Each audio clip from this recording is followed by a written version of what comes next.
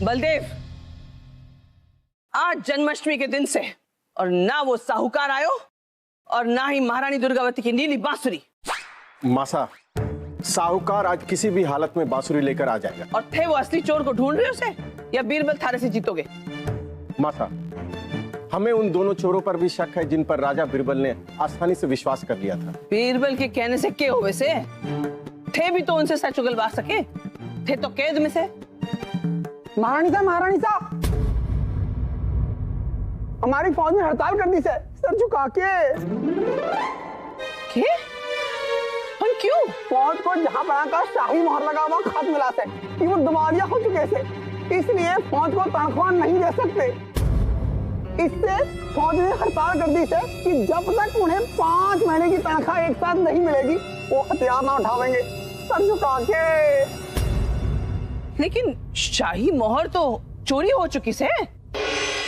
मासा, हमें तो लगता है कि मुजरिम ने जरूर शाही मोहर का गलत फायदा उठाया होगा।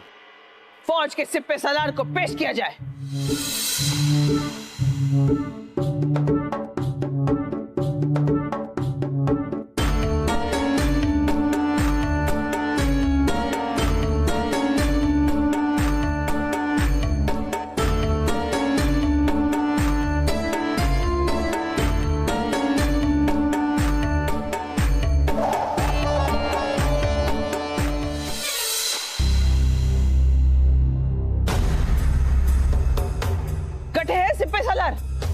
जमाई शाह ने भी निठल्लों की फौज जमा कर रखी उसे। महारानी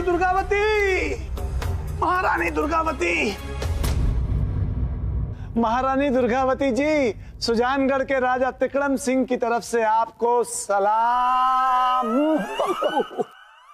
अरे तिकड़म सिंह, पिछली बार अपनी रियासत हारने के बाद आपने वादा किया था कि अब कभी जंग लड़ने नहीं आओगे। लगता है तुम्हें सबक सिखाना ही पड़ेगा। बलदेव जी, हम जंग लड़ने नहीं आए हैं।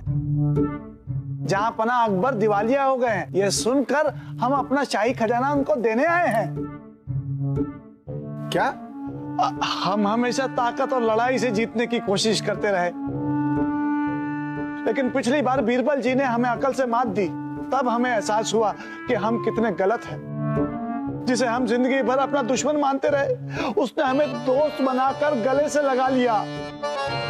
अब हम अकबर के दोस्त ही नहीं, हम मुगलिया सल्तनत के वफादार भी हैं। क्यों मामा श्री? और एक दोस्त को मुसीबत में उसकी मदद करना हमारा फर्ज है। इसीलिए हम यहाँ आए हैं बलदेव जी। सिपे सालार आ गए।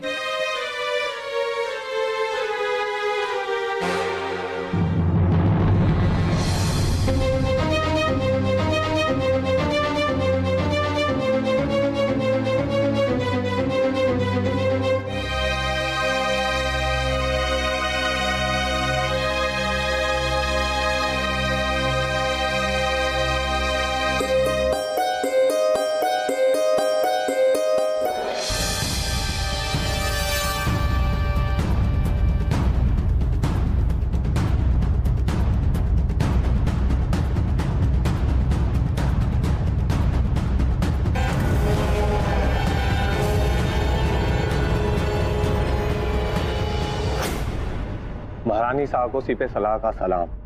महारानी साहब, हमें तो यकीन है, मगर हम फौज को कैसे यकीन दिलाए कि शाही खजाना महफूज है? और वो खत जहां पना ने नहीं लिखा था। वो तो पूछेंगे ही, फिर जहां पना अपने परिवार को लेकर क्यों चले गए?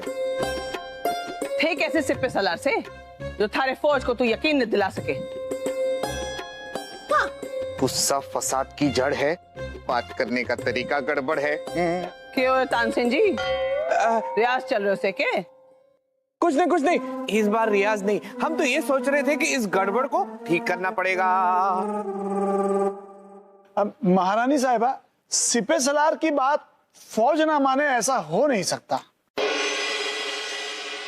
हमें तो लगता है कि इस सिपे सलार ने ही फौज को भड़काया होगा। महारानी साहब, हमारी 3 पुश्तों ने मुगल सल्तनत के लिए अपना खून बहाया है और इतिहास हमारी वफादारी का गवाह है। इतिहास तो सिपह सलारों की गद्दारी का भी गवाह है। पहले वो फौज को भड़काते हैं ताकि हड़ताल हो जाए, उसके बाद फिर शाही तख्त पर कब्जा कर लेते हैं। बदतमीज! पकड़ो पकड़ो पकड़ो, मामा मैं नहीं, इन्हें पकड़ो। देखा महारानी साहिबा, देखा कैसे शाही दरबार में इसने तलवार निकालकर आपकी शान में गुस्ताखी की है। महारानी साहिबा, ये बागी हो गया है, ये बागी हो गया है। मासा, हमें तो लगता है कि सिपह सलार की नीयत में खोट आ चुकी है। महारानी साहिबा, ये झूठ है, ये झूठ है, हम गद्दार नहीं है। अपने फौज के आगे मजबूर होने का नाटक सिर्फ दो तरह के सिपह सलार कर सके से, एक कायर, दूसरा गद्दार, और थे गद्दार हो गए से।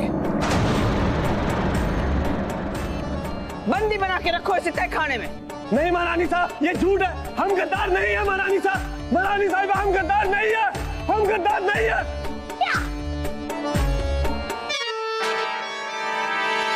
महारानी साहब की जय हो। महारानी साहब, आपने सिपह सालार को गिरफ्तार करवा दिया। एक गद्दार के साथ यो ही करे जावे से। नहीं महारानी साहब, सिपह सालार बेहद वफादार है, वो गद्दार नहीं है। आपको जरूर कोई गलतफहमी हुई। महारानी दुर्गावती को सचमुच गलतफहमी हो जाती अगर टिकरम सिंह और बलदेव उस सिपह सलार का असली रूप ना दिखाते। थारे को कुछ करनी है तो असली गुनहगार को पकड़ के ला, फिर किसी की पैरवी करियो।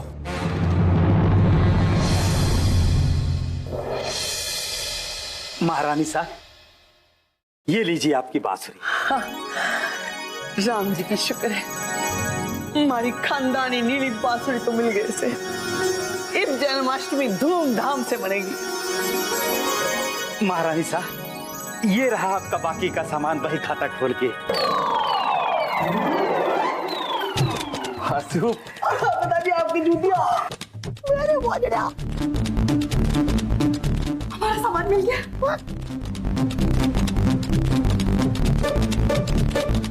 अरे पिताजी, आपके कपड़े भी आए हैं, पता नहीं क्यों। ये लो। महारानी साहब, अब हमारा भी हिसाब चुकता कर दीजिए। ये नीली बांसुरी के 10,000 मुहर और बाकी के सामान के 50,000, बही खाता खोल के। हमारे इस सामान की कीमत हमसे मांग रहे हो? कैद खाने में डलवा देंगे तुझे। हुजूर, ये तो बहुत बड़ा धोखा है। दाम देकर हमने ये सारा सामान खरीदा है, बिना दाम लिए हम ये अपना सामान आपको नहीं बेचेंगे बही खाता खोल के। साहूकार जी, ये तो आप मानते हैं ना कि ये सारा सामान जो है वो शाही परिवार का है? हाँ जी, मानता हूँ। वाह बिरबल जी, वाह वाह बिरबल जी, वाह। और अभी अभी आप ही ने कहा कि किसी भी इंसान को बिना दाम लिए अपना सामान किसी और इंसान को नहीं देना चाहिए। मानते हैं? जी मानता हूँ। वाह बिरबल जी, वाह वाह बिरबल जी, वाह। तो फिर ये हमारा सामान जो है, इसके दाम तो हमें मिले नहीं है, हम आपको दाम कैसे दें? हाँ, लेकिन दाम तो आपको उससे लेना चाहिए ना जिसने ये सारा सामान हमें बेचा है। हाँ, ये तो आप बिल्कुल सही कह रहे हैं, लेकिन जिसने हमसे सामान लिया उसने हमसे सामान पूछ कर नहीं लिया, चुरा कर लिया था। उसने हमसे सामान चुराया और आपको बेचा। आप जानते थे कि सामान हमारा है, हमारे सामान का दाम आपने उसको दिया, जबकि हमारे सामान का दाम आपको हमें देना चाहिए था। इसलिए जब हमें इस सामान का दाम नहीं मिला तो हम अपने सामान का दाम आपको कैसे दें? क्यों? सही कह रहे हैं ना हम? हाँ बिरबल जी, आप बिल्कुल सही कह रहे हैं। हाँ वासु, हाथ नीचे। बिरबल जी, आप बात बिल्कुल सही कह रहे हैं, लेकिन हमारा तो नुकसान हो गया ना। नहीं साहूकार जी, मुगलिया सल्तनत में किसी के साथ अन्याय नहीं होता, यकीन मानिए आपके साथ भी नहीं होगा। हम जल्द ही चोर को पकड़ लेंगे और आपको आपके नुकसान की भरपाई मिल जाएगी। बलदेव जी, हमारे वादे के अनुसार साहूकार जी को 1000 मोहरे दे दो इनाम में। जी मासा। और सामान तो मिल गया उसे, मगर उस चोर को पकड़ने बहुत जरूरी से जिसने हमारे फौजों को बरगलाया और मुगलिया सल्तनत के बारे में गलत अफवाह फैलाए उसे। और छोरियों, जन्माष्टमी की तैयारी करो।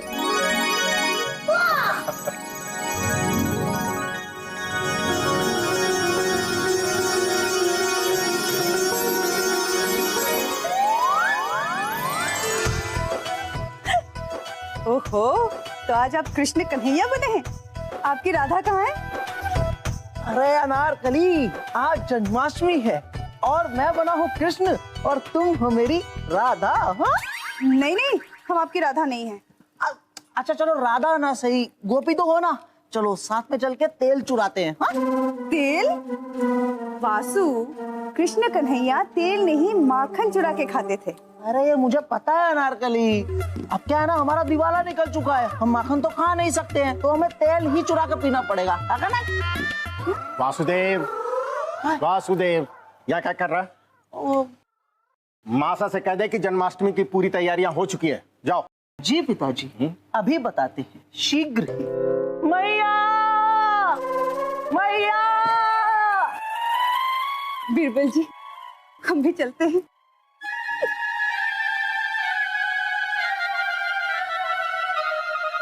चली गई। बलदेव जी,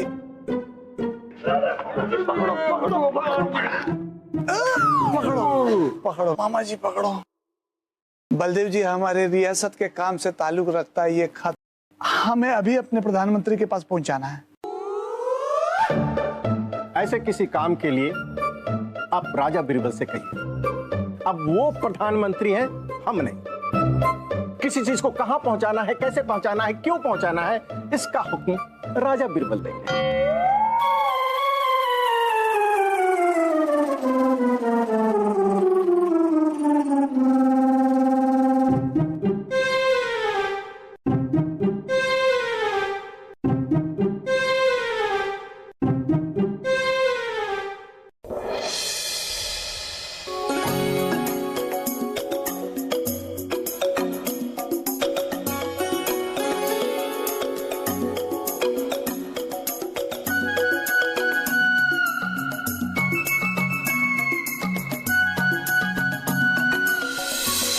मासा, इस शुभ और पावन अवसर पर भगवान श्री कृष्ण ने हमें बांसुरी देकर हमें कृतार्थ कर दिया, धन्य कर दिया। इसलिए इस पावन अवसर पर हमने जयपुर से खास भगवान श्री कृष्ण की अनन्या भक्त राधिका देवी को बुलाया है।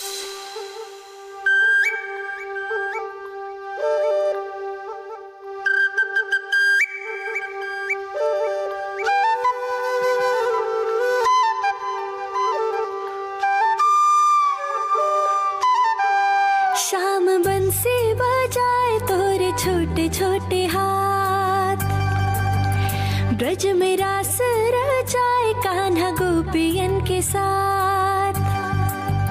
शाम बंसी बजाए तोरे छोटे छोटे हाथ, ब्रज में रास रचाए कान्हा गोपियन के साथ। जगनंदे से मुख में समाए, कैसी लीला रचाए मोहना। कृष्णा कृष्णा बाल कृष्णा कृष्णा, मिटाए मन की तृष्णा। बाल कृष्णा कृष्णा, बाल कृष्णा कृष्णा, बाल कृष्णा कृष्णा, मिटाए मन की तृष्णा। बाल कृष्णा कृष्णा, बाल कृष्णा कृष्णा, बाल कृष्णा कृष्णा, मिटाए मन की तृष्णा। बाल कृष्णा कृष्णा।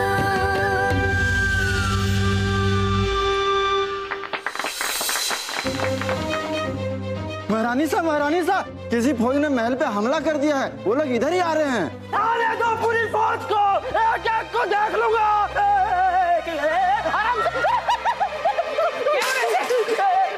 आराम से देख दिया महाराज। कौन हो तुम लोग? अरे ये क्या कर रहे हो? जानते हो इसकी सजा? बलदेव जी, सजा नहीं, मजा ही मजा है। मामा श्री, हमें तो यकीन ही नहीं हो रहा कि हमारे प्रधानमंत्री जी इतनी जल्दी सेना भेज देंगे। आखिर अकबर पर हमने फतेह हासिल कर ही ली। विक्रम सिंह, सांप एक बार डसना छोड़ सकता है, लेकिन तू नहीं। अब हम बनेंगे हिंदुस्तान के अगले बादशाह।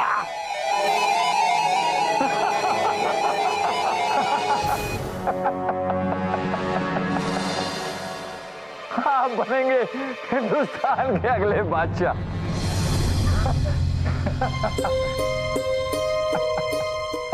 बादशाह विक्रम जी, आप खुद को तो संभाल नहीं पाते, हिंदुस्तान को क्या संभालेंगे? लाइए। अरे बेवकूफ, क्या कर रहे हो? हम तुम्हारे राजा हैं, राजा। विक्रम जी, जब ये आपके सैनिक ही नहीं तो आप इनके राजा कैसे हुए? अरे चंदन,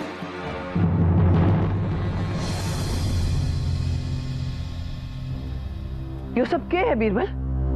तने खबर थी कि तिकड़म धोखा देवे वो? हमें पता था कि तिकड़म जी अपनी तिकड़मबाजी जरूर करेंगे, लेकिन अब इनकी तिकड़मबाजी खत्म। ये जानते थे महारानी साहब के जहां अकबर महल में नहीं, इन्हें लगा कि यही सही मौका है मुगलिया सल्तनत पर हमला करके उसे हासिल करने का। उसकी शुरुआत इन्होंने 2 चोरों को हमारे महल में भेज कर की।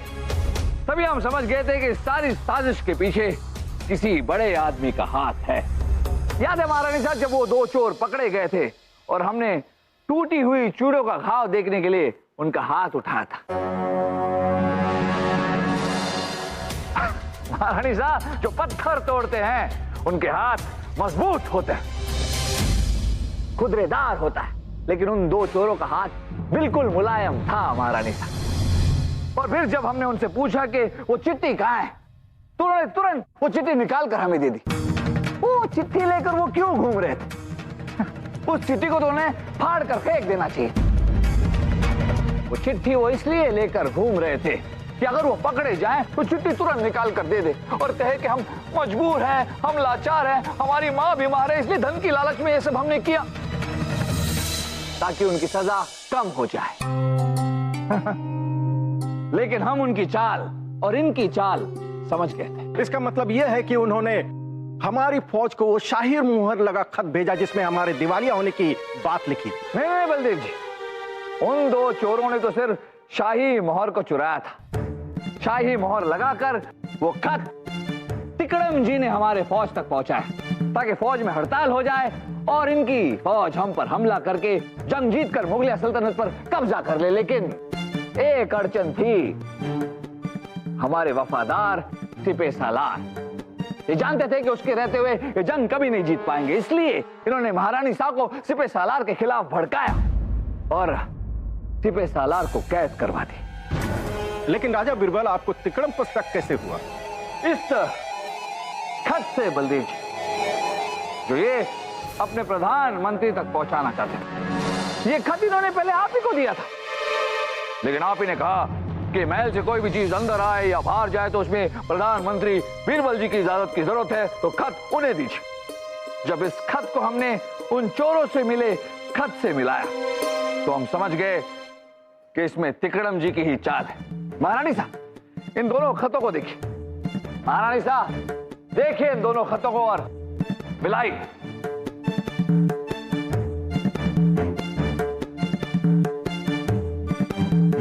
बीरबल, इन दोनों खत की लिखावट में तो फर्क है।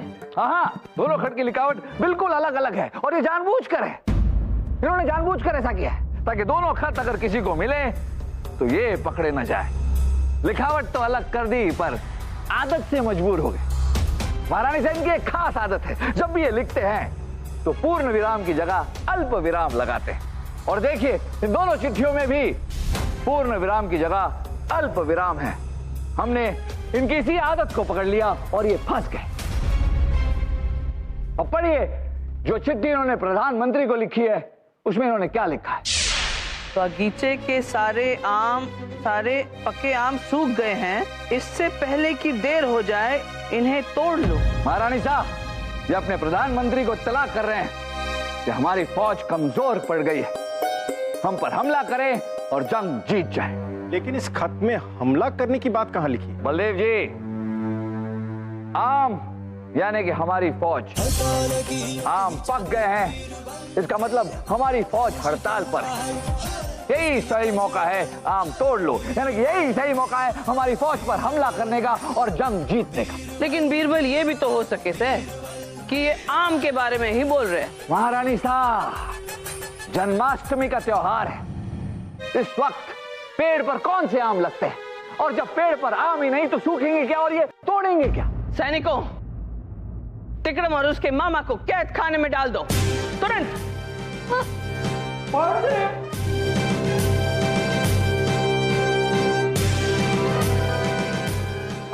महारानी साहब, एक गलती आपसे भी हुई है। हमारे सिपह सालार बेहद वफादार है और आपने उन्हें कैद खाने में डाल दिया। महारानी साहब, जो विश्वास होता है ना, ये गुलाब के फूल की तरह होता है जो रिश्तों में अपनी महक फैलाता है। अगर रिश्तों को मजबूत करना है तो उस गुलाब के फूल को कभी नहीं तोड़ना चाहिए। सही कहा बीरबल। आज जन्माष्टमी के दिन भगवान कृष्ण ने हमारे को बहुत बड़ी सीख दी है। बोलो कृष्ण कन्हैया की जय। ये क्या सुन रहे हैं हम? भाईजान अकबर, जहांपना की गैर हाजिरी में ये औरत, उनकी सास, इस तख्त पर हुक्म चला रही है। अरे नारी महामारी। असमत खान जी, बस बीरबल बस। अकबर हमारे भाईजान हैं और इस तख्त पे बैठने का हक सिर्फ खूने बाबरी को है। और अब हम इस तख्त को इस औरत के साए से आजाद करेंगे और इस तख्त पर बैठकर इसे आबाद करेंगे।